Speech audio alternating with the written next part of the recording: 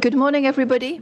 We're going to start, so if you are still standing, would you please mind grabbing a seat? I think we still have some available space.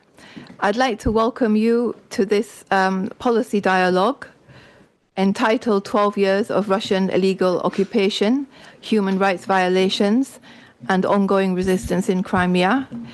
I'm very grateful that we had the opportunity to cooperate on this with the colleagues here today, because I think sometimes Crimea goes a bit under the radar when we're talking about Russia's full-scale invasion of Ukraine. And it's always worth remembering that the war actually started in 2014 and that tens of thousands of individuals have seriously suffered and continue to suffer on the peninsula. 12 years after Russia's occupation of Crimea, Crimea continues to face systematic repression, serious human rights violations, and sustained attacks on the indigenous identity, particularly against Crimean Tatars, but not only, as well as activists, journalists, and human rights defenders. The Ukrainian language education, media, and cultural activities have been sharply reduced, if not completely obliterated, which is also now the situation in Ukraine's occupied territories in eastern Ukraine and elsewhere. Russian narratives are widespread. The Russian curriculum has been adopted in all schools and education authorities, and expressions of Ukrainian identity can lead to serious harassment and legal problems, and in many cases actually ending up in prison. Nothing is beyond the realms of the Russians. At the same time, Crimea has been turned into a massive military base, if I can put it that way. It's become a forward operating base for Russia's military, enabling control of the Black Sea, instability in the Black Sea, but also was the launch pad for Russia's full-scale invasion of the rest of Ukraine. If you remember, one of the fronts started there.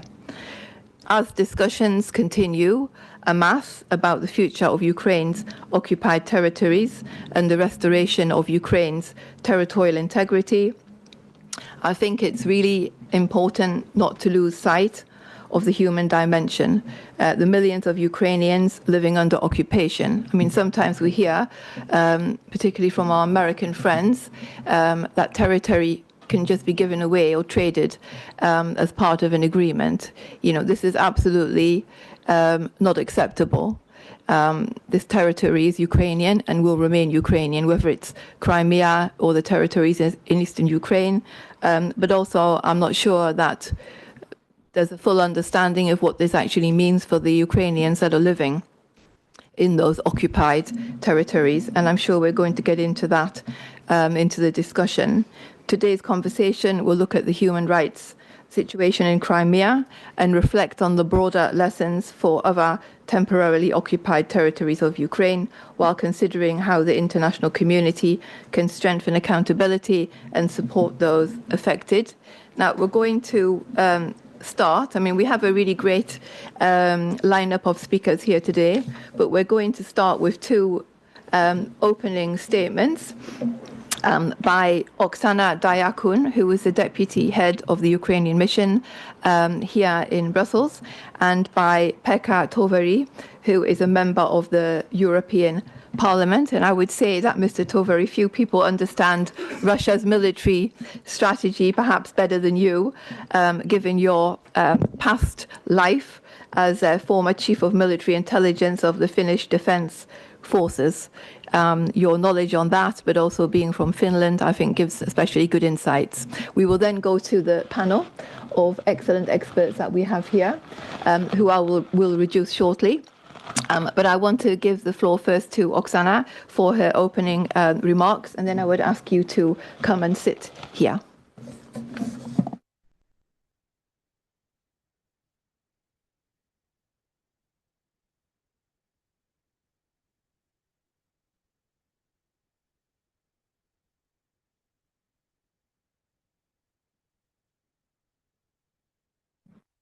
Thank you, Amanda.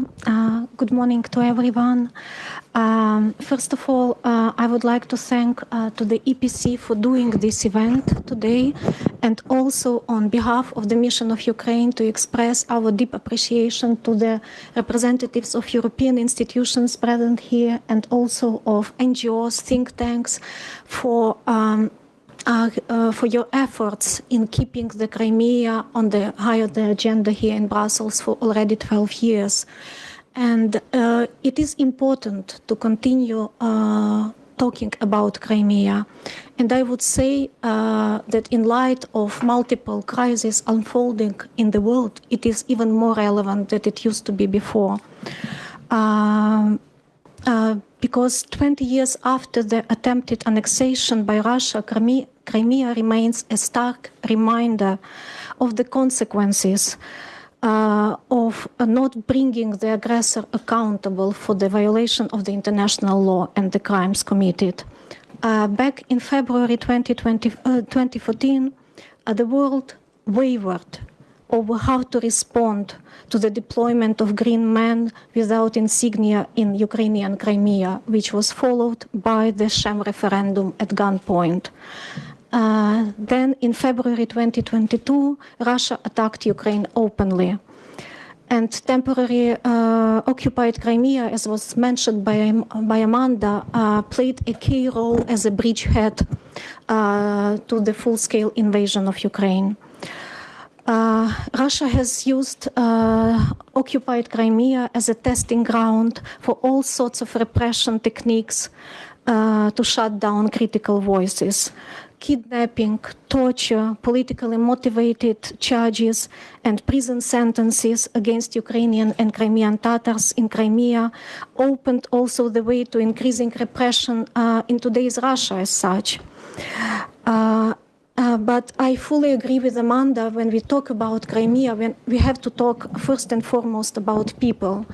And when we are talking about people in Crimea, one big challenge is human rights violation, which was mentioned already. But there is also another phase of Russian occupation. And it is that Russia, in violation of international humanitarian law,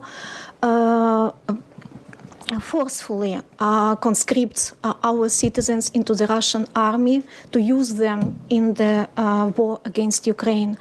And I think it's not a coincidence that Crimea has become basically the main source of these conscripts, because out of 46,000 citizens of Ukraine, which were forcefully conscripted in the temporary occupied territories of Ukraine, the majority, more than 35,000, are coming from Crimea. As of now, more than 300 representatives of Crimea are held captive in Russia under fabricated charges. More than 150 of them are Crimean Tatars. But what it is also important to remember that our citizens in Crimea and other temporary occupied territories, they don't give up. They don't accept occupation, and they try to show their defiance to the occupiers in the way that is possible.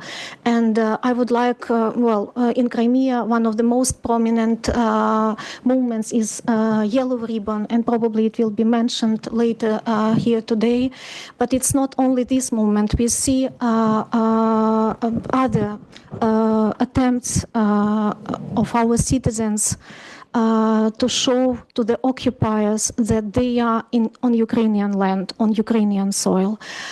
And in the same way that our citizens in Crimea and other temporary occupied territories defy the occupiers, Ukraine defies the attempts of being conquered by Russia. So just recently we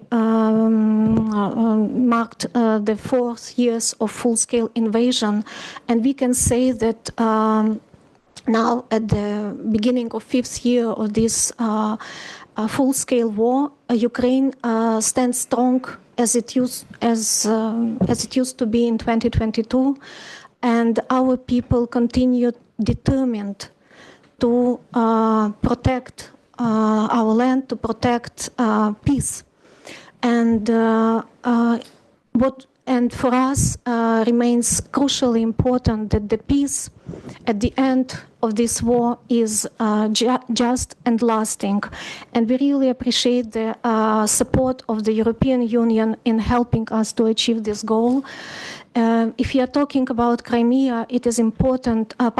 Important part of these efforts has been also Crimea platform, and we hope that these efforts will be continued. But at the same time, on practical terms, it is important to implement and enforce a non-recognition policy towards Crimea, enhance sanction pressure on Russia, to bring those people who are involved in violations and persecution of Ukrainian citizens in Crimea accountable via sanctions, etc., but not only sanctions. So we hope that these efforts will continue, and I look very much forward to very interesting discussion today. And once again, thank you for doing this event.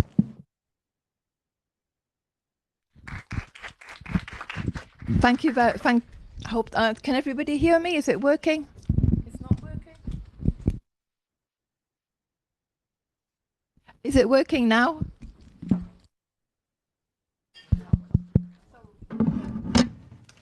We have a bit of a strange situation with the coordination this morning, so I apologise for that.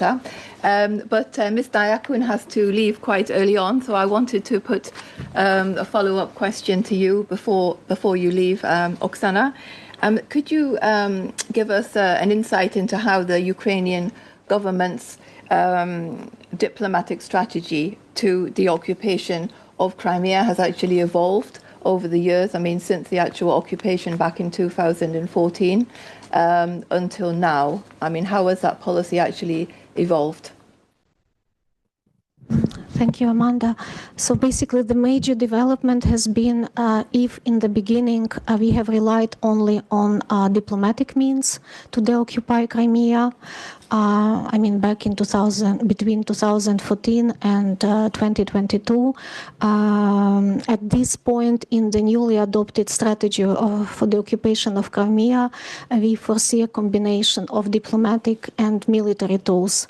And it seems logical because we are under invasion, and Russia has openly launched this aggression against Ukraine.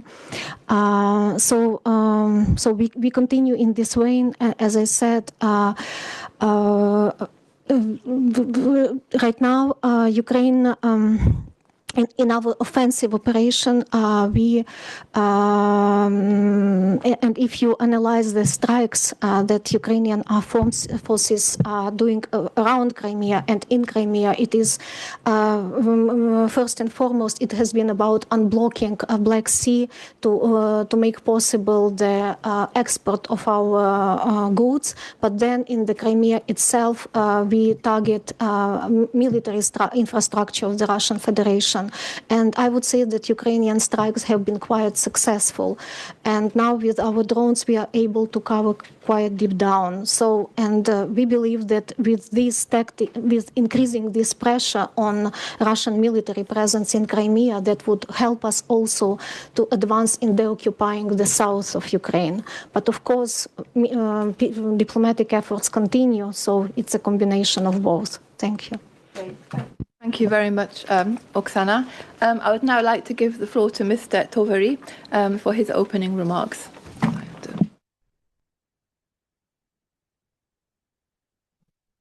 Okay, thank you. Good morning to everybody, or almost midday. But great to be here. Thank you for being here, because these are important issues. We are not living in a happy world currently. The international law and order has been under attack by Russia, China and other actors for decades now. UN's credibility in upholding the humanitarian law has been questionable when countries known to be notorious breakers of, for example, women's rights, international humanitarian law, etc., has been selected to lead the UN committees which are supposed to protect our common values. And now also USA has joined these countries in many of its activities. US Secretary of Defense, for example, claims that the US is no more fighting a stupid way by following international restrictions and law of warfare. Very worrying development indeed. Therefore, it's extremely important that the European Union upholds and supports these laws and regulations and takes its place as a defender of these values. And nowadays, this is more important than in our own continent, in Europe. Russia has been the worst country in a long list of countries that make mockery of the international humanitarian law. Therefore, Russia must be our prime target in combating these practices. And the EU has done a lot, especially when we look at what has happened in Crimea after Russia's illegal annexation of the peninsula. In addition to sanctions against Russia and the establishment of the special tribunal for the crime of aggression against Ukraine, the EU has paid closer attention to the Russia's violations of human rights and humanitarian law in the Crimean Peninsula. For example, the EU has condemned the pressure on the Crimean Tatar community and stressed the need to uphold international human rights standards in the region. The EU has not recognized the illegal annexation of Crimea and Sevastopol by Russia and continues to condemn it as a violation of international law. These actions include a policy of non-recognition and, for example, does not recognize Russian passports issued to Ukrainian citizens in Crimea. The EU has imposed, among other things, important import bans of goods from Crimea and Sevastopol, an export ban of certain products and technologies, and a ban of the docking of tourist services, such as European cruise ships, in Crimean ports. The EU actively supports the International Crimea Platform, which aims to coordinate efforts to restore Ukrainian sovereignty on the peninsula. The EU has also established a global human rights sanctions regime on 7th of December 2020. It allows the EU to impose sanctions worldwide on the individuals, entities and bodies responsible for human rights violations. Through this regime, the EU has imposed sanctions on actors responsible for human rights violations in addition to sanctions for Russia's war in Ukraine. In September last year, for example, the Council imposed sanctions to 2 individuals for abuses in detention centers in Crimea. Those were Vadim Bulgakov, head of the Department of Penitentiary Services of the Russian Federation, and Alexei Pikin, deputy head of the same department. Bulgakov and Pikin were subject to asset freeze and a travel ban to the EU. The EU has also provided financial support to the International Criminal Court, ICC, as a part of its effort to combat impunity for international crimes worldwide. This support has been specifically targeted at strengthening investigative capacity to investigate alleged war crimes committed by Russia in Ukraine. Naturally, in my opinion, this is just a good start. More efforts must be made, more sanctions, more investigations.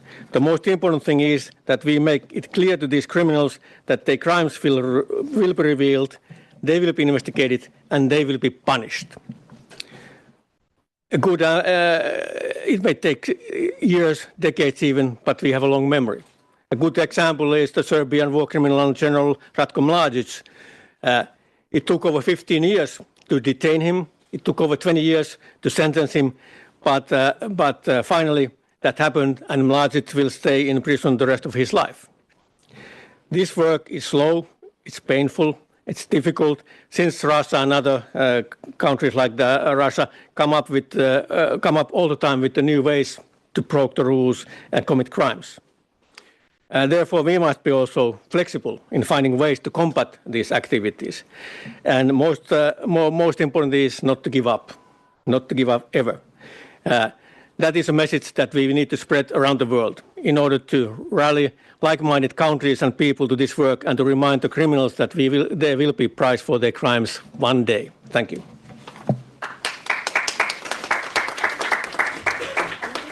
If you don't mind. And I would like to also ask a follow-up question to you, because I know that you also won't be able to remain for the whole of the seminar.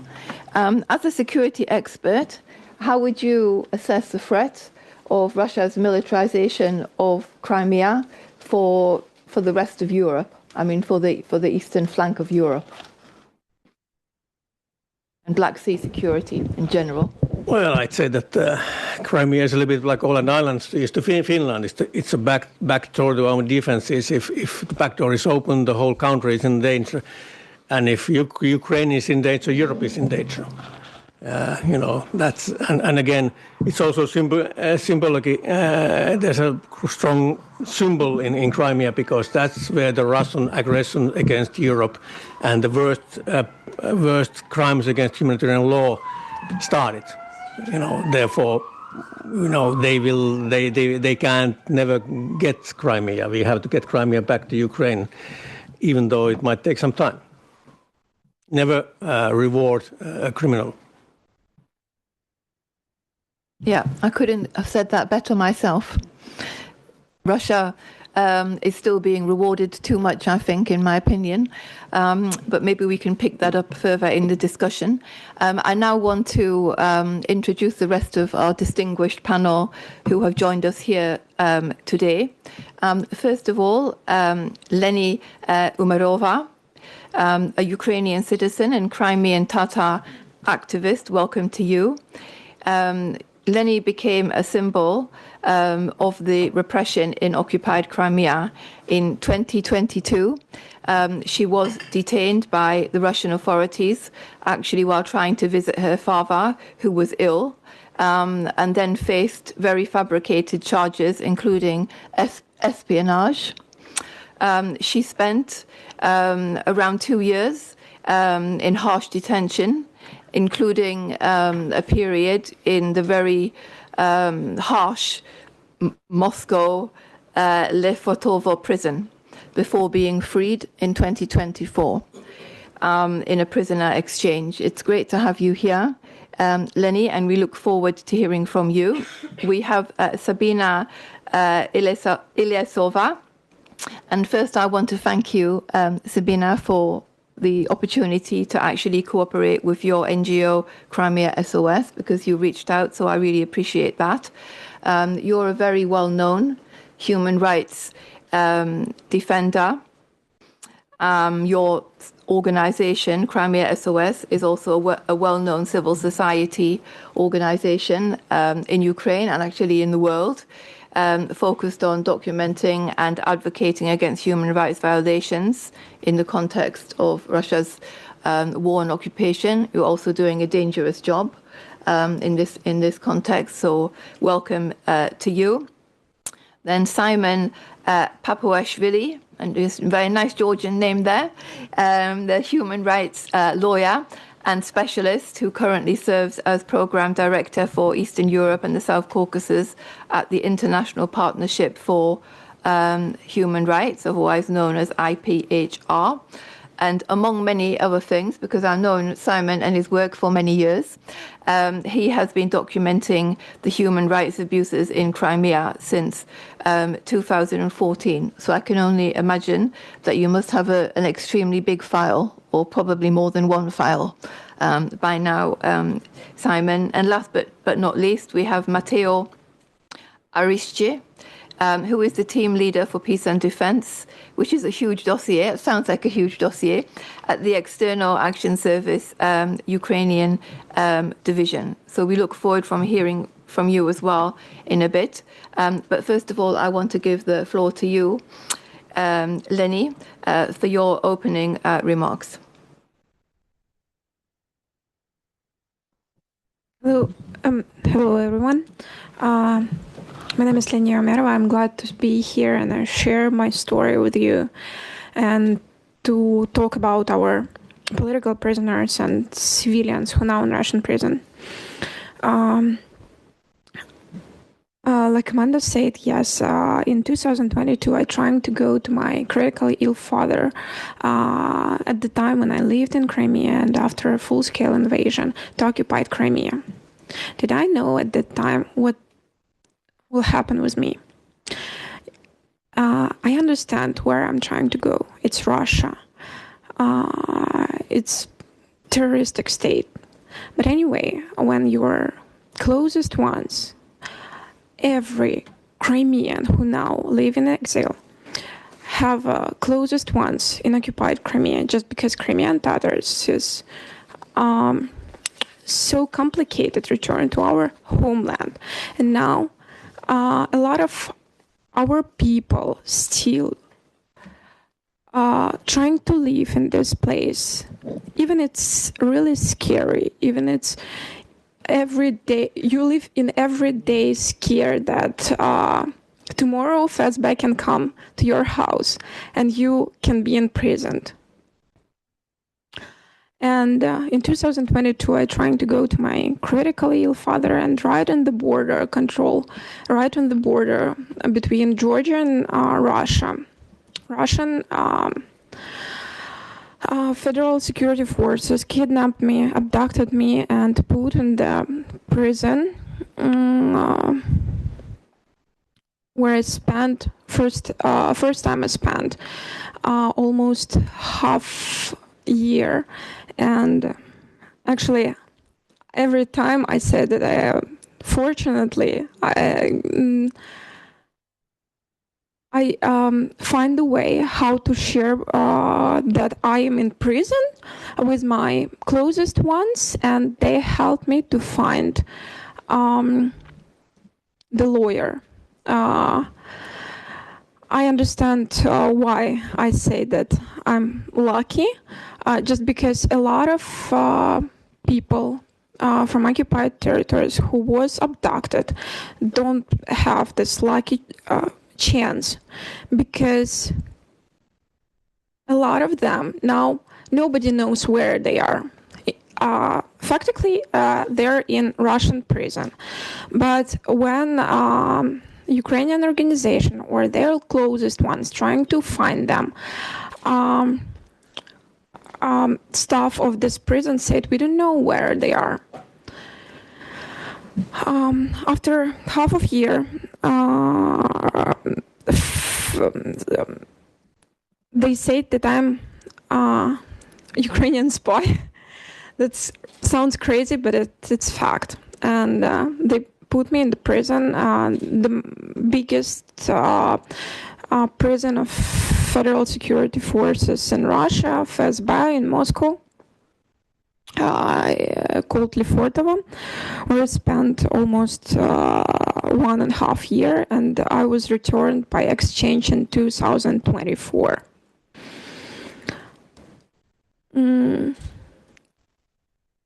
I'm really lucky person because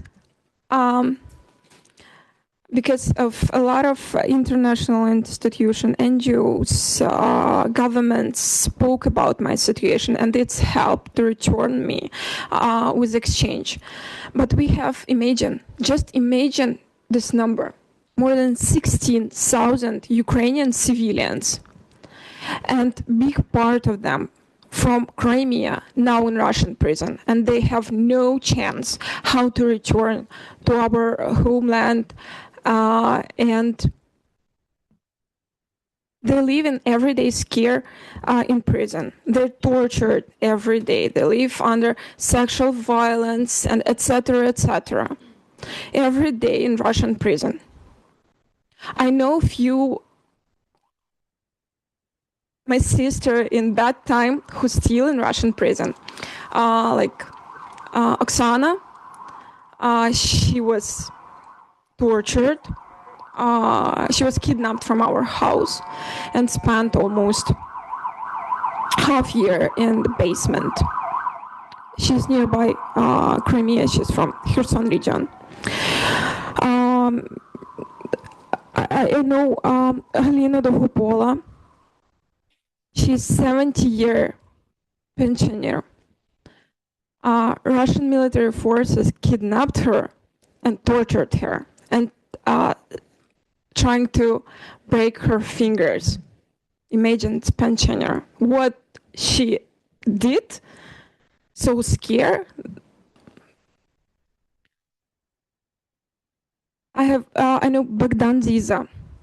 He's Ukrainian artist. He painted after what Russia did in Bucha and Irpin. He went to the Yevpatorian governmental house and painted in blue and yellow. It was act of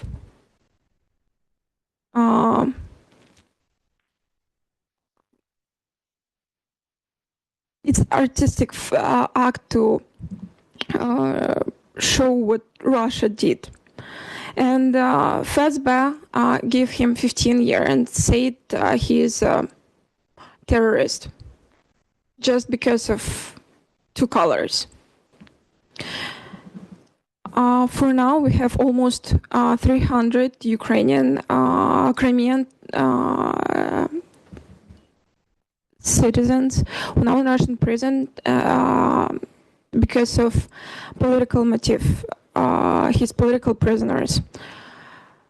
More than 114, 40 of them are Crimean Tatars. It's journalists, nurses, medical workers, volunteers, etc., etc. It's regular people, like I am, like you are. They're now in Russian prison, and we have no way how to return them. I was returned by exchange, but we can't return all of them because Ukraine have no Russian political prisoners in our prisons. And how we can exchange? It's a little bit unfair to exchange with POWs, and we must to push. I urge you to push Russia, push third countries who have conversation with Russia to return, just return our people. And I urge you to push international institutions like Red Cross, monitoring the situation of our people in Russian prison, because a lot of them in really bad condition, and we need to return them, but we need to return them alive, because we have a few stories of these people who died in Russian prison just because no medicine, no any help, just because crucial tortures and etc., etc. Thank you.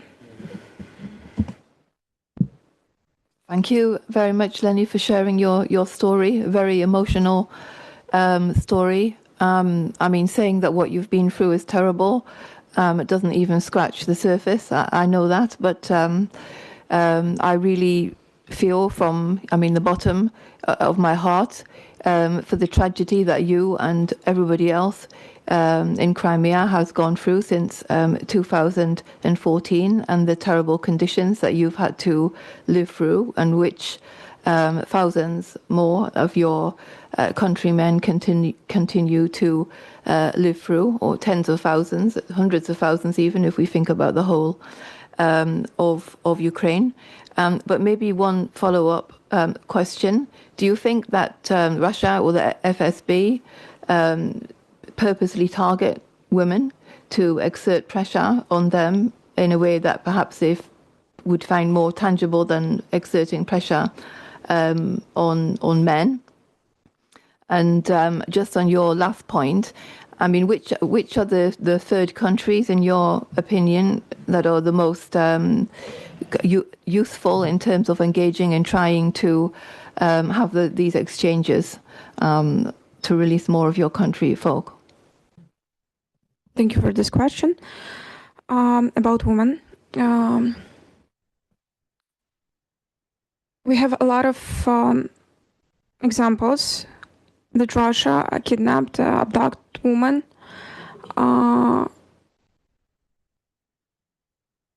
We have examples like mine at the border controls, and a lot of them, next point, in occupied Crimea, like was the situation with Leniie. It was half year ago when they just came, FSB came into her house with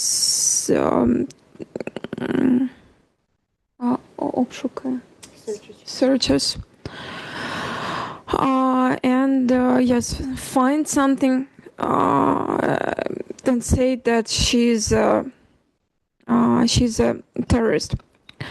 We have bad joke in Crimea actually about 4 a.m. that Fazbear came at 4 a.m. at the morning every time. That just came and just looking for something, came with some books, some guns, and etc. And they bring some people with them, and after some time, the researchers they're finding these books, these bombs, and etc. We have a lot of examples how that the last time they're coming for women, and for me it's they doing to show the people in occupied territories, to scare them and show that we can took everyone must live in scare, not only women or not only men, even women.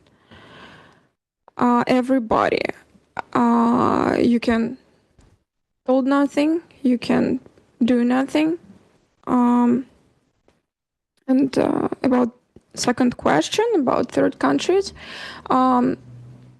exchanges with between Russia and Ukraine now are going with third countries like Turkey, Arab Emirate, United Emirates, and Saudi Arabia. Yes, and we need to speak with them. For my opinion, we need to speak with them to push that they must push Russia to return our people. Thank you. Thank you very much. Thank you, Leniie. I'd like to turn to you now, Sabina. Could you flag up what are the most alarming trends that you've documented in terms of the persecution of Crimean Tatar community that the Russians have carried out? I mean, the Russians have a long history of persecuting Crimean Tatars. It's certainly not the first time. And they have definitely been under the, let's say, the magnifying glass. And since they annexed Crimea in 2014, I mean, I visited Crimea actually several times before that annexation. I know what a beautiful place it is, and I have many friends actually from that Tatar community. So I would be very pleased to hear your thoughts on this. Thank you, Amanda. I'm glad to hear you today, and I would like to start my my speech from that simple but so obvious thing that resistance cannot whisper for 12 years unless somewhere out beyond the borders a radio keeps answering. And it's pretty naive to expect resistance from people on the occupied territories to keep fighting. The only thing that keeps them supporting pro-Ukrainian positions, or not even pro-Ukrainian, to be loyal to occupation authorities, it is courage. I think for now, after 12 years of being under threat, it's the only thing that keeps them fighting. The latest tendencies, violations continue on the peninsula. It became more and more violent and severe. The newest tendency is persecution of women, before full-scale invasion, we fixed just human rights organizations fixed about 13 cases of women detention, arrests, imprisonment. But just for the last 2 years, the number of cases which were identified is about 50. Also, as for Crimean Tatars, now occupation authorities, they try to make this image of Crimean Tatars Muslims as a terroristic cells. Last year in October, there were 4 women who were arrested and accused in terrorism. One of them is a wife of current political prisoner. She's mother of 5 kids, I'm sorry. They left without both of parents. And in this way, you asked Leniie why they persecute women. Crimea, since 2014, became the territory of fear, and also in this way they try to show that any voice which raised against policy or provide broader audience, I mean Ukrainian audience or international society with the information about their crimes and violations are persecuted, but also they try to polarize the society inside of the peninsula, which makes more tension, and in this way they try to control the situation. They juggling with immigration policy, immigration legislation, because for the last several years we can see more and more cases when people were abducted on the borders. They were detained in status of incommunicado, without any access to lawyers, without any access to their relatives, just to inform them that they have some problems. But also we can see some cases when former political prisoners who were released and their term of imprisonment finished, they were captured on the borders for the second time, and they got their accusations in new criminal cases, so they can keep them in their in the places of imprisonment.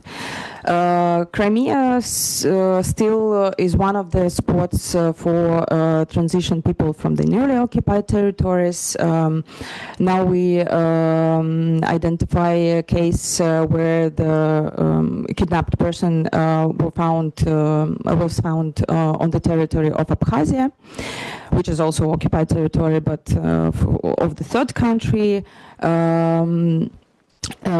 And for us, for human rights defenders, but also for offices of prosecutors, it is difficult to get any information and to bring to accountability perpetrators and Russian government. Another tendency is it's still the tendency, not new one, but it's getting more and more worse. Lack of medical assistance to political prisoners, to people, especially for civilians. Now we have at least a list of 22 people who are imprisoned, who have really serious problems with health. One of them, Tofik Abdulgaziev, he was tested and he has cancer. And still he doesn't have any medical assistance, he doesn't have any access to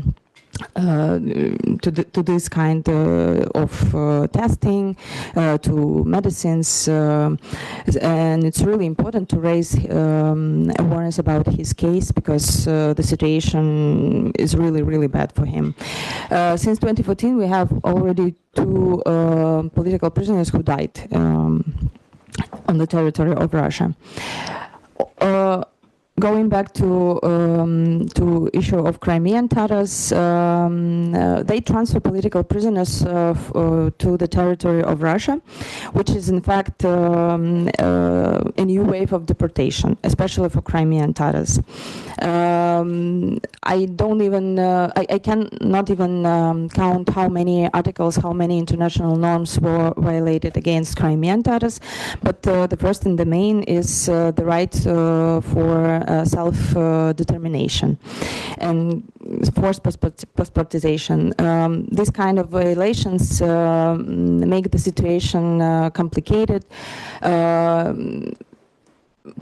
for solving it with current international norms and humanitarian law. As I said, they try to make this image of Crimean Tatars as terrorists, and for during the negotiation processes about exchanging, even third countries, they don't want to have deal with people who are accused in terrorism, especially Muslims, and it became a huge problem to release those people. Since 2014, there were just 3 or 4 Crimean Tatars who were released, but they were released just because of the Turkey as a third part in these negotiations. That's the picture in general, and I would like to say also that in both scenarios of ceasefire or of recognition Crimea as under Russian control, it's dead end for those people who stays in occupation, because otherwise, Crimea stays blind zone for international humanitarian law. It's became blind zone and silent zone for we don't have any access. We have access now, but in both of these scenarios, those people are really isolated. Will be isolated from the whole world. Thank you. Thank you, Sabina. May I ask you to elaborate a bit on the situation of children? I mean, how have they been impacted? How has the Russian curriculum impacted their way of thinking? And how many children have been deported or kidnapped, as we say, to Russia? We know in the rest of Ukraine there are tens of thousands of cases in the temporarily occupied territories of Ukrainian children being deported to Russia. Is there sort of high numbers as well from Crimea? Now we know a lot of cases which were just identified by our government, but we still don't have any official verified lists of kids who were transferred to the territory of Russia via Crimea, but also we don't have verified lists of civilians who were kidnapped from the newly occupied territories who were transferred for Crimea since 2014. So I wouldn't say any numbers, not to be not to be clickbait person, quoted person. But yes, Crimea is still a spot for transferring kids from Kherson region, from Zaporizhia. In Crimea, the situation with education, it's, I don't know. For me, it's, I cannot even imagine what kids experience at school, in the kindergartens, when they are forced to write letters to so-called fighters for special, so-called special operation.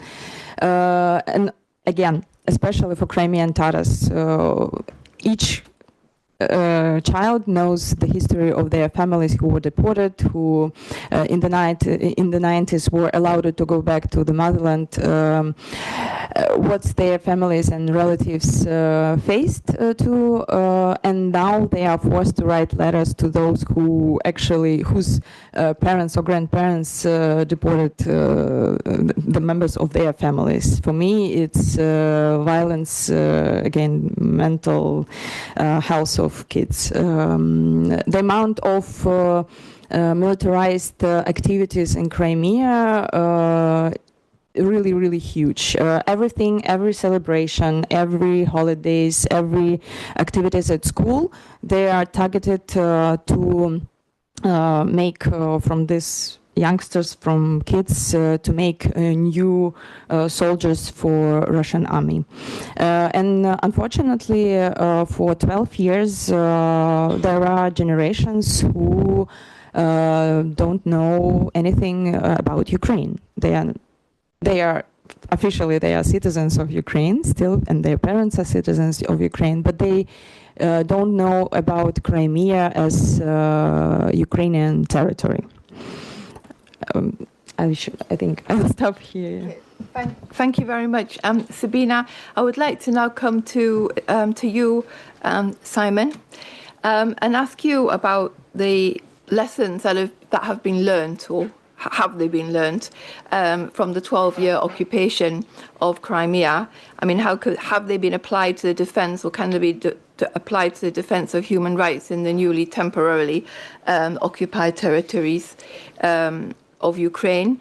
But also during those 12 years of occupation, I mean, did the partners, I mean, did the Europeans and others actually really do enough to actually try and help Ukraine to liberate Crimea from Russian occupation, or was it sort of, an ineffective and insufficient approach? Thank you, Amanda, for your question. I think number one lesson here is that the only way to uphold human rights, fundamental rights of the Crimean residents is through the occupation of the peninsula and through the restoring of Ukraine's jurisdiction on the peninsula. This is the only way going forward. And as long as Russia, continues occupying the peninsula, we unfortunately are going to see mass atrocities like anywhere else where Russian occupation takes place, including in my own country. Perhaps, I would like to give a bit of a snapshot overview of the work that civil society actors have been doing over these 12 years, and then put it into perspective in terms of why this matters and why we should keep doing what we're doing. So there are maybe four main pillars that my organization and many of our civil society partners have been working on since early days of the occupation. These four pillars include documentation of atrocity crimes committed by the occupying forces. They also include facilitating access to justice by providing legal aid to the residents of Crimea. And they also include working on accountability to bring perpetrators to justice. And fourth pillar is also about freedom of information and supporting flow of information inside and outside of the peninsula, so that we know what's going on there and people in Crimea know what's going on in peninsula, but also what's going on in the rest of the world. In terms of documentation, Crimea remains inaccessible to law enforcement authorities of Ukraine. It also remains inaccessible to the Office of the Prosecutor of the International Criminal Court or to the UN bodies. So the only way to actually understand what's going on there is by relying on sources that civil society organizations have been building and developing. And this is work that we started with actually, and we started building undercover networks of activists who would investigate human rights abuses and bring this information out of the peninsula to shed light on the scale and the brutality of what Russia does to the residents of Crimea.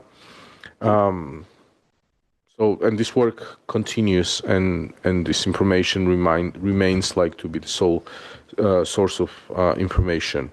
In terms of providing legal aid, it's kind of hard to speak about legal aid when you talk about a country like Russia, where courts are just mere extension of state's repressive machinery. But even in a context like this, having a lawyer still matters. Having a person you can talk to and know that this person is there to support you and try his or her best to at least minimize the damage that in the context of the situation you're going through still matters. So what we have been doing is essentially supporting lawyers, and there are not many brave lawyers who continue to operate in Crimea. We've been supporting legal aid centers in Simferopol and Sevastopol for over a decade now. We have also built the network of human rights lawyers and have been supporting financially and otherwise their work so that they can also feed their families, etc. This enabled us to also give access to information that is otherwise inaccessible, including, for example, criminal case files. Lawyers share information when it's possible and legal from the point of view of privacy, etc., with us, and we use this information to corroborate evidence that is being collected by our sources on the ground. In terms of accountability, again, it's hard to speak about accountability as long as Putin's regime remains in power. We will only see accountability once this regime goes down the drain. And once we see the political overhaul the political system in Russia. Otherwise, we can't really talk about meaningful accountability. But I'm confident that we're going to witness this day sooner than later. And then once we get there, we will see top perpetrators being brought to justice. But we have been working on a number of directions, including sharing the evidence that we have been gathering in Crimea with the Office of the Prosecutor of the ICC, also working closely with the Crimea Prosecutor's Office, prosecutor in exile that is operating out of Kyiv with a quite large staff. They carry on important work of thoroughly documenting the atrocities that Russia is committing under in the occupied territories, and civil society organizations and legal professionals who work in Crimea are an important and invaluable and sometimes the only source of information, of the evidence for them. We have also used the evidence in our hand to facilitate sanctioning of top level perpetrators, including by the EU, and those are FSB investigators, prosecutors, and judges who have been who we have been able to link closely with systemic and widespread human rights abuses committed in Crimea. We have also built so-called universal jurisdiction cases long before a full-scale war, and have been making filings all across the European Union, asking domestic investigative authorities to prosecute those suspects. Unfortunately, those proceedings are frustratingly slow, but still there is hope that we will get some results. In terms of flow of information, again, there are many brave journalists who continue to work to some extent undercover, some also semi-undercover in the peninsula. So we have been providing financial security and other practical support to media professionals and small media outlets that operate in Crimea. But we have also supported those that have been forced out of the peninsula, including, for example, largest Crimean Tatar language TV channel Ater. This is important because, if Crimean residents do not get exposure to alternative information, they are left with, Russian propaganda, which is very toxic, as you all know. So supporting media and supporting flow of information inside the peninsula is very important. So why all this matters? First of all, these methods that I have described are important for challenging the annexation and the ongoing occupation by Russia. We have used legal and political tools to do that. We still need to see most important breakthroughs, but we will get there. It's also important to build resilience in the face of occupation among the population of the peninsula, as well as among the people who have been forcefully displaced from them. From Crimea. And its third dimension of this is about creating conditions for the occupation of the peninsula. And, Ukrainian state institutions have been working on that and doing this work also closely with civil society. And once Russians are out, we have to also think about facilitating reintegration of the peninsula after years of occupation in a way that will be least painful for Crimean residents, including the ones who might have, unfortunately supported Russian annexation throughout these years. So that's a bit of a snapshot of what we have done and why this matters. No, thank you, Simon. And, it was great to have an overview of the really important work that your organization is doing and over a very prolonged period of time, which is also important, and for highlighting the actual crucial role of civil society in all of this, both, your own organization and counterparts here, but also in Crimea and other parts of Ukraine. The level of bravery and resilience that those individuals show is incredible. So thank you. And I want to turn to our last speaker, to you, Matteo, and then we'll take a few questions from the floor to look a bit more at the role of the EU.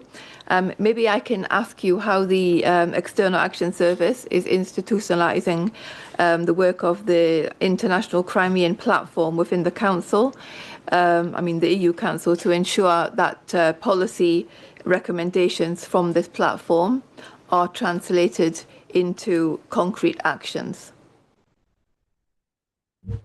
Thank you very much, Amanda. And I would like to start, first of all, by thanking Ms. Umerova. Leniie, thanks a lot for being the voice and sharing your story and also other stories. You mentioned this huge figure, 16,000 people, and it's obvious to think about it as the huge figure, but behind each one of these, behind this huge number, there are stories of mothers, grandmothers, families, friendship that have been broken by the Russian aggression. So it's important for us to hear your voice and your testimonies, to remember that we're talking about people. When we often talk about the occupation of the territories, we kind of think about land, and as it was said also by Oksana at the beginning, it's about people ultimately that we're talking about.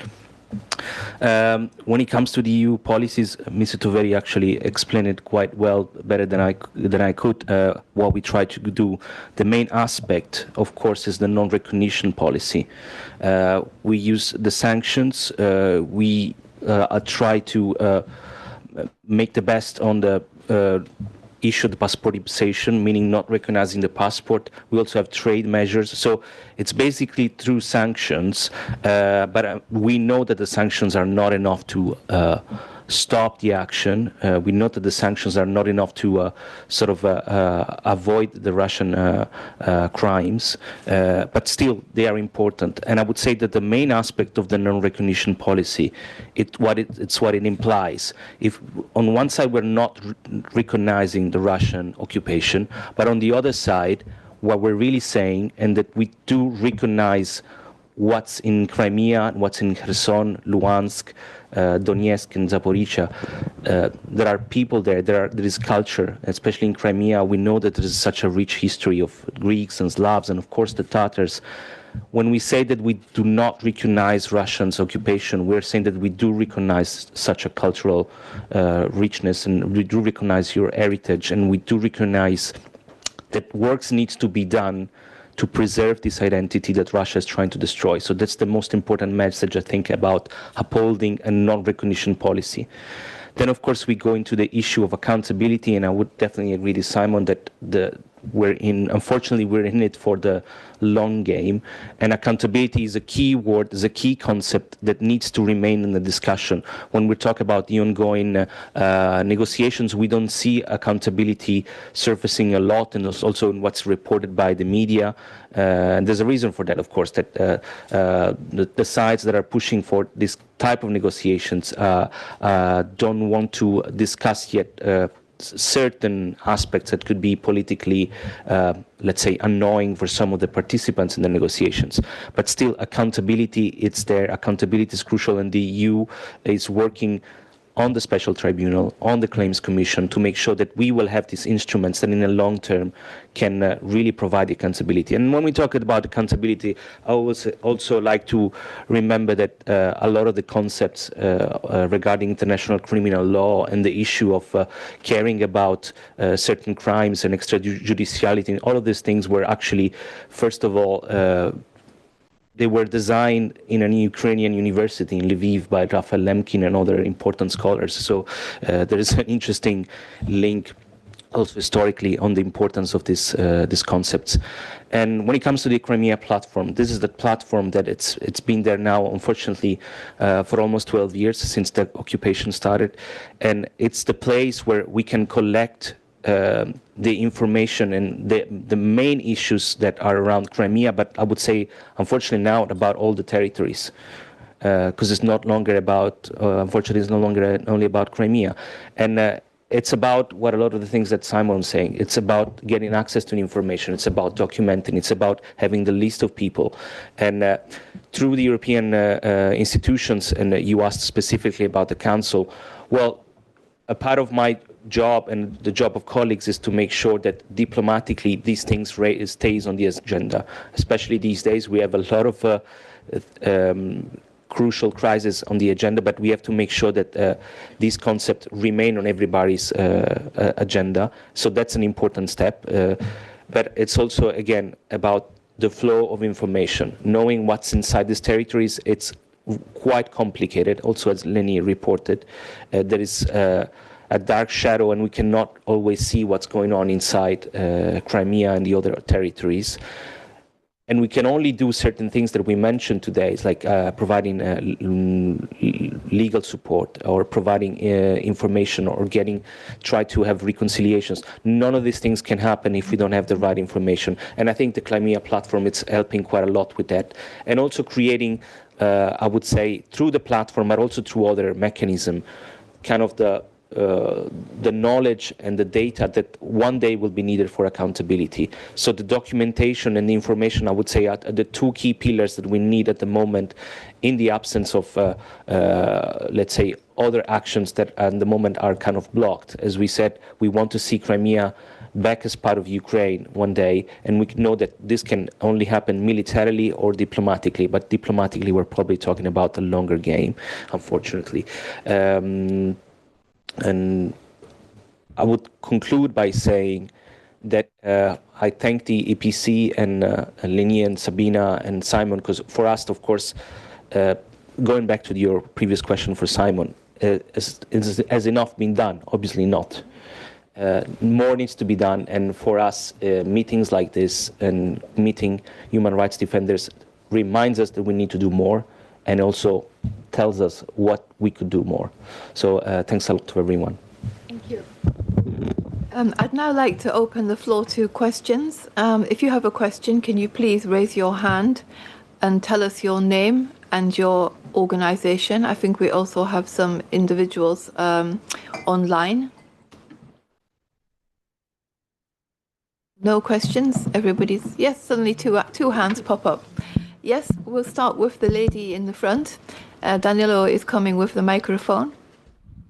Thank you so much, and thank you everybody for really insightful presentations. My name is Cristina Parandi. I'm from Dutch peace organization PAX, and I have a question building a bit on what Simon has shared about access of information to Crimea, but I'm curious to also hear insights from other participants who feel to contribute on this, because we have been seeing that in Russia itself there have been some internet restrictions, that people in Russia also increasingly are using VPN codes to access, but it's still a bit problematic, and that Telegram was blocked. So those Russian developments, to what extent are they affecting also situation in Crimea, and also for families who are divided? So for instance, people who had to move from Crimea, Ukrainians, Crimean Tatars, to the territory controlled by Ukrainian government. What are the means of communication also with families right now and friends? Are there any safe channels and, information security, things like that? Thank you so much. Take the question that was behind as well. Hello, thank you very much for the very engaging conversation so far. I'm Alexander Hensler. I'm currently unaffiliated. My question is, when mentioning about returning Crimea to Ukraine, it's been mentioned either militarily or diplomatically. My question is, in terms of diplomatic routes forward, does that require normalization of relations with Russia, or can that be done independently of that? And militarily, is that again involving direct European involvement, or just sort of continuation of the status quo, which is supplying of arms and intelligence? Maybe Simon, I'll come to you on the first question, and others who would like to chip in as well. Yeah. So on the question related to access to information, there has been a lot going on in terms of developing security awareness among activists, lawyers, journalists, etc., but also among general population across the peninsula. So we have provided multiple trainings to the trainers, provided also equipment needed for boosting the security. So this element is to a great extent addressed. Also, for example, I mentioned ATER, TV channel. ATER is continues to broadcast over the satellites, and most of the residents of Crimea do have satellite dishes which enable them to receive, streaming that is broadcasted through the satellite, but also, people that do use consistently VPNs, which enable them to access different websites. So that's happening. Unfortunately, much of the work in terms of supporting independent media was previously supported by the US government, and with the shutdown of US funding last year, this has been greatly affected, which has led to downsizing of many media outlets working in or on Crimea. So far, we still have to see EU step up these efforts to fill the gap. It's happening, but happening very slowly. I'm not sure I got the question about diplomatic solution versus military solution. Could you please rephrase it?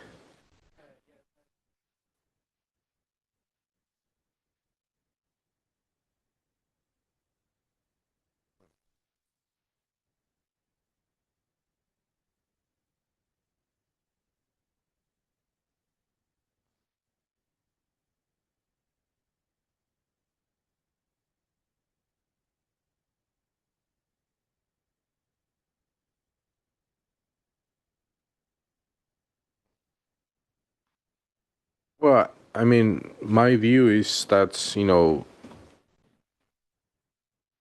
we have to weaken Russia economically, militarily, and politically to the point when, Putin is no longer able to sustain this war of aggression. And when we need to reach the tipping point where, the regime will start crumbling, which will lead into whole myriad of political, economic, and security processes. And one of those processes will be start of the occupation, of territories that Russia occupies in Ukraine, in Moldova, in Georgia, and potentially also, liberation of other occupied territories, including Chechnya. Yes, go ahead. I would like to answer about communication.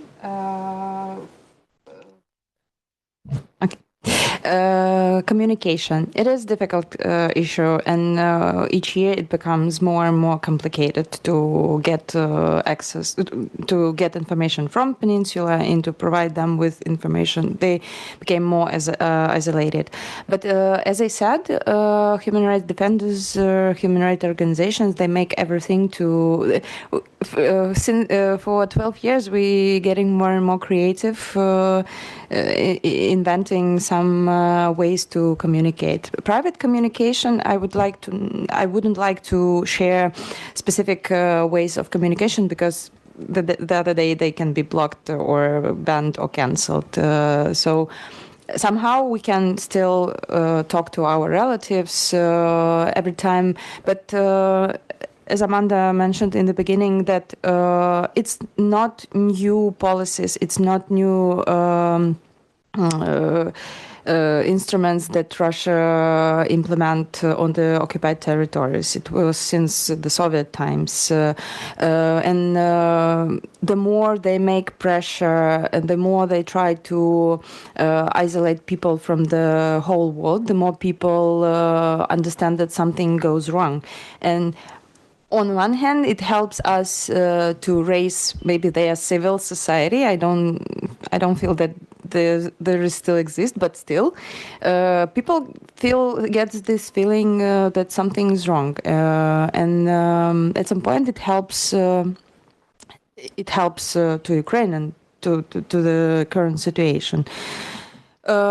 As for diplomacy and military instruments, also Ukrainian organizations, Ukrainian bodies, they highlighted the importance of occupation since 2014, and that now we see the circumstances of lack of reaction, lack of actions from EU, in general, from the international society.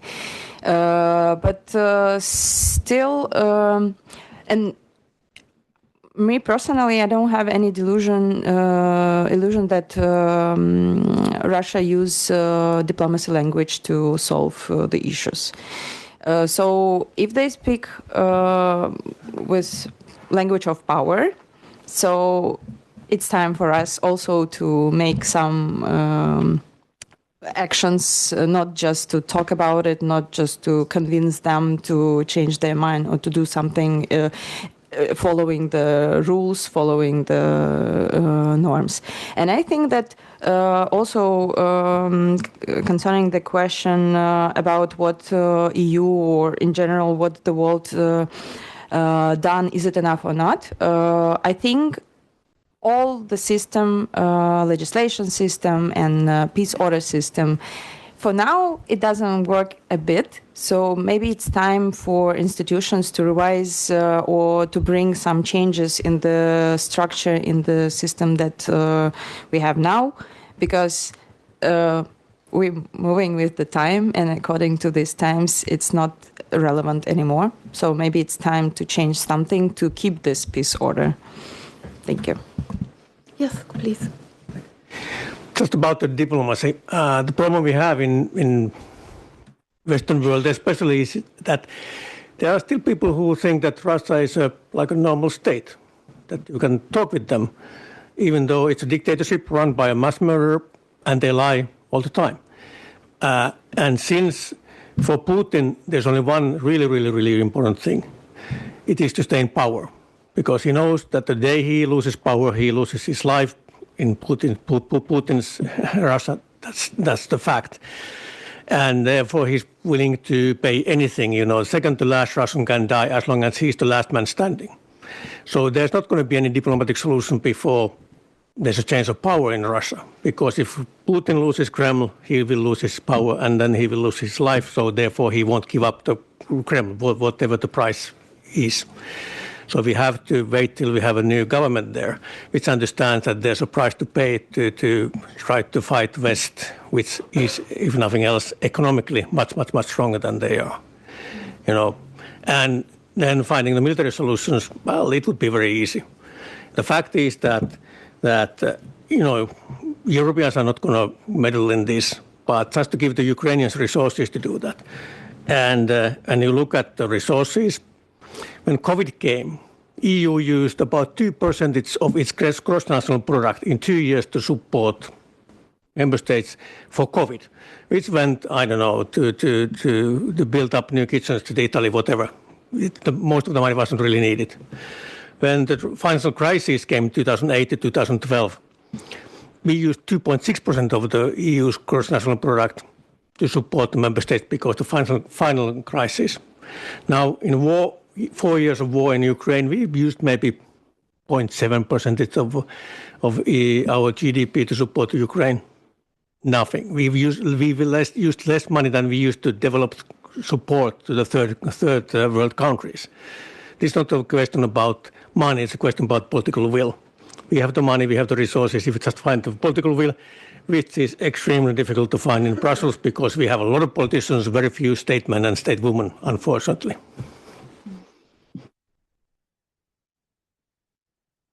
Thank you very much. Sorry, yes, maybe I go can ahead, clarify yeah. what I meant by it has been already clarified in a way, but yes, on the military angle, what I was implying is that at the moment the situation is quite blocked in all the front lines, so it's not easy to expect a territory can always be deoccupied. Historically, territories are deoccupied by military force or by diplomatic solutions. So that's the two options that you have. The military angle, we don't see it for the reasons that Mr. Toveri just mentioned. I mean, it could be done through Ukrainian force, question mark. At the moment, this is obviously not happening and not really the main option. We see a situation that is stalled on the front lines, on all the 5 territories. Then there's the diplomatic aspects. And what the Russians are doing, it's quite clear. They're even claiming territories that are not conquered militarily at the moment. They want the rest of Donetsk. So what they're also asking, and this is why I mentioned earlier that our non-recognition policy is crucial. What they're asking is that they get the euro recognition of certain territories, including Crimea. And that's been part of the discussions. I don't think anyone really wants to agree to this Russian notion that there is a de jure recognition, not even a de facto recognition. So we uphold the non-recognition policy. We don't accept that Russia gets these territories in any shape or form, because we believe, exactly as it was mentioned here, that at some point there might be changes, because everything changes through time, and there would be an opportunity to reclaim those territories for Ukraine through diplomatic means. So that's what I was implying. There is no plan at the moment. There is no specific policy at the moment that would guarantee you that you can reclaim those territories. But you have to have in place certain principles, and a non-recognition policy, it is a principle, it's not just a policy, so that in the long term you're ready to support Ukraine to reclaim those territories. That's it in a nutshell. Thank you. Thank you. I mean, we can see from the ongoing, if you can call them, so-called negotiations under the US, that the opposite is happening. I mean, Ukraine is still being pressed to let's call them diplomatic talks. And also some, I mean, unfortunately, my own government here, Belgium, in the last couple of days has also made some very unfortunate comments about the need for Ukraine to be more flexible in terms of, I think, in territory. I think one of the problems, apart from the fact that these negotiations are happening under the Americans, is a lack of skill from their side. Because I mean, the Russians are, to put it mildly, are probably the world's best negotiators. I mean, they have very skilled people to frame things. While on the other side, that's not the case. Of course, you could say that the counterparts are Mr. Witkoff and Mr. Kushner. I mean, they're real estate guys. One has to ask why they're there, but it's a gift for the very good ones, maybe, but they're not good at But I mean, their goal is to, as they clearly say, is just to end the war, have an American success story. Although I think history will prove it to be not a success story at all. It will be a catastrophe. But the inadequacy of the team means that the Russians are able to run circles around them, and we all know that the Russians aren't remotely interested in ending this war for the time being. But at the same time, I mean, when we're talking about the liberation of Ukraine's territories, there's never that much mention of Crimea. It's always about the territories in eastern Ukraine. Crimea is almost put into a different category, to be quite frank, which is a bad signal, because I mean, it's clear to me that even if by some miracle there was able to come up with a peace agreement or a ceasefire agreement, as long as Crimea is occupied, it's always going to represent a massive security threat for Ukraine forever. So for me, it should be clear that Crimea needs to be returned to Ukraine as part of the final, end to this war. And the necessary, and Russia faces the justice for that. But my last question would be to you, Mr. Toveri, as you're the military guy. Is it possible, or how difficult would it be to take Crimea back by force? I mean, if there was a political will to do it, let's say, obviously Ukraine, it will be all in for doing that. But from other countries, I mean, how quickly could it actually be done if there was a political will to do it? Well, overall, Europe's problem is that we don't have any plan. We don't have any strategic plan. Our plan is that we will support Ukraine as long as needed. That's not a plan, unless our plan is to let Ukraine to bleed to death slowly. And I don't think that's a bad plan. And what we need to do is to make a political decision, strategic plan. We will stop the war in 1 year, and then tell the military, plan this thing. And again, European armies, which always sending European soldiers to anywhere, so it's a big problem. We don't even need to do it because Ukraine is very far in liberating Crimea. Look what has happened. Country without no navy has pushed the Russian Black Sea Navy, destroyed 1/3 of it, and pushed the rest to the eastern part of Black Sea, and they don't dare to leave their harbors, and they are not even safe there. Ukrainian forces are constantly hitting the Russian assets in Crimea. They are this close of isolating Crimea by cutting the connection through Kerch, Strait, and so on. So what we need to give the resources for Ukraine, that Ukraine can use full power its defense industry, which Ukraine has impressive capabilities there, to finance those and give them rank up the European defense industry and start producing Storm Shadows and long distance heavyweights cruise missiles, which have showed to be extremely effective, so that Ukraine has some bigger hammer to deal with this. Crimea can be isolated. The Russian forces there forced to withdraw and then just go and occupy it. You don't need to do invasion or anything. Try to invade it from the sea or anything like that. It's totally doable. Yeah, we need to be bold and brave, like Ukrainians, to be quite frank. With that, I'm afraid I have to draw this discussion to a close.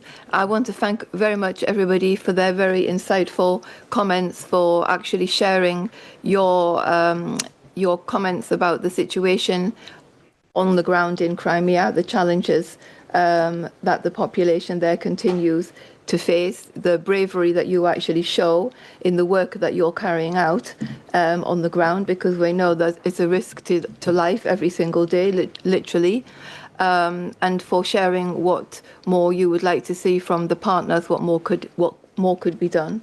EPC will continue to cover developments on Crimea and on Ukraine.